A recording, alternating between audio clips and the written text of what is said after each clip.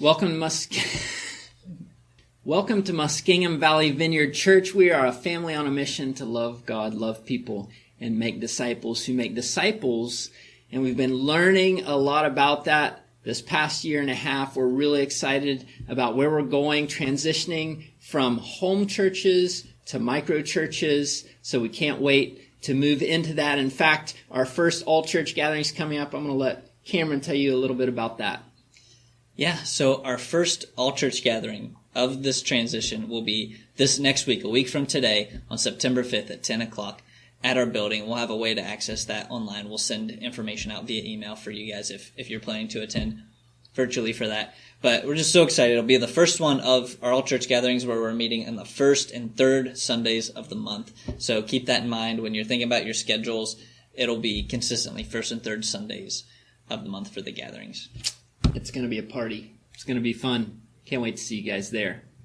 If you were at our last all-church gathering, you know that we are having a fasting week as an entire church starting this Sunday until next Sunday. And so I want to give you a few details about that and how we're approaching that so you can participate. First off, why do we fast? And the short answer is because that is what disciples of Jesus do. And with fasting, there's usually prayer, so we are going to together link arms in faith and pray for 100 microchurches in the next 10 years, and we would also like you to pray for this transition as we transition from home churches into microchurches and begin to have more frequent all-church gatherings. We'd love for you to pray for the new microchurches and their leaders, and we're actually going to send you some prayer prompts throughout the week so we can all be praying for the same things. The reason we're going to begin this fast on Sunday and end it the next Sunday is so that we can begin this fast together and so we can break this fast together. Begin at church, end at church. I know we've done a prayer and fasting week before, but I wanted to remind you some tips about fasting. When you fast, generally in the Bible, it's from food.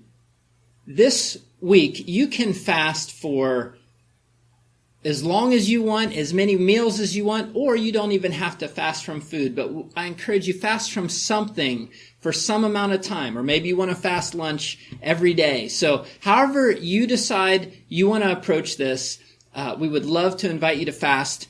When you fast, it's important to fill that void with prayer. Don't just give something up.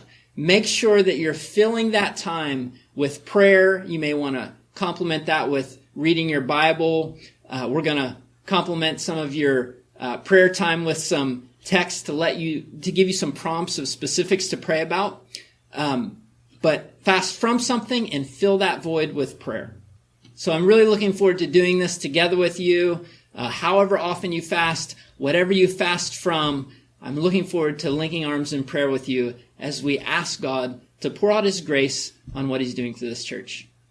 Like Wade was saying, we're going to send out some texts throughout the week to everybody at around 12 o'clock, designed to be when fasting would happen. If you're fasting lunch, it'll come right around lunchtime. And in these texts, we're going to include some important information so we can all be directing our prayers towards the same thing this week in these specific times for the prayer prompts. One of those things, we have 6 microchurches that will be launching here this week. Many of them are transitioning home churches into microchurches, and we have at least one new microchurch that's being planted. So each day we'll send you the names of the leaders of one of those communities. If you could be praying for them, pray for the transition, pray for fruitfulness, pray for just anything you can think of for those communities, and that would be awesome. And along with that, we'll also send just an important prayer prompt along with that of something just to be praying for our church for in this season, or the church at large, the capital C, global church, national church. Church of Zanesville type things, just really important things to be praying for this season and beyond that are just really important to seek the Lord for, to go after in prayer, and to link arms together to ask for. Guys, fasting and prayer has got to be the foundation of whatever we're going to do.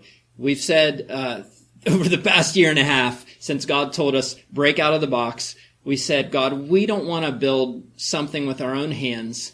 we don't want to labor in vain, like the verse says. If the Lord doesn't build the house, the laborers labor in vain. So we know that we are a house of prayer, meaning we are a house that is built of prayer, and we're excited to partner with God in what he's building here.